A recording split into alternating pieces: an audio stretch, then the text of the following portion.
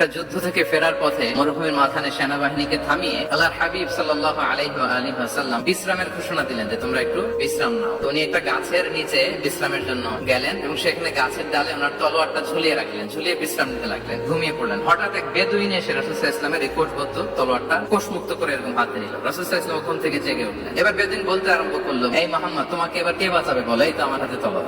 সাথে সাথেই আল্লাহর হাবিব সাল্লাল্লাহু আলাইহি ওয়া আলিহি ওয়াসাল্লাম উত্তরে বললেন আল্লাহ। কোনো চিন্তা ভাবনা নাই যে ওরে আঘাত করা যায় কিনা পাল্টা, বা কোনোভাবে ওর কনফিডেন্স ডাউন করা যায় কিনা, কোনো দিকে না তাকিয়ে কি বললেন? আল্লাহ। সব সময় তিনি আল্লাহ কেন্দ্রিক ছিলেন। গারে সাউরে যখন আল্লাহ রাসূল সাল্লাল্লাহু আলাইহি ওয়াসাল্লাম এবং আবু বকর রাদিয়াল্লাহু তাআলা ওনারা আশ্রয় নিয়েছিলেন রাত্রিবেলায়, কুরাইশরা যখন খুঁজতেছিল, আবু বকর রাদিয়াল্লাহু তাআলা বলেন যে কুরাইশদের পা দেখা যাচ্ছে, ওরা হেঁটে যাচ্ছে, একটু উকি মারলে আমাদেরকে দেখা যায়। রাসূল সাল্লাল্লাহু আলাইহি ওয়াসাল্লাম আবু বকর রাদিয়াল্লাহু তাআলাকে বলে যে আবু বকর, চিন্তা করো না, লা তাহসান ইন্নাল্লাহা মা'ানা। আবু বকর, চিন্তা করো না, আল্লাহ আমাদের সাথে আছেন। সুবহানাল্লাহ।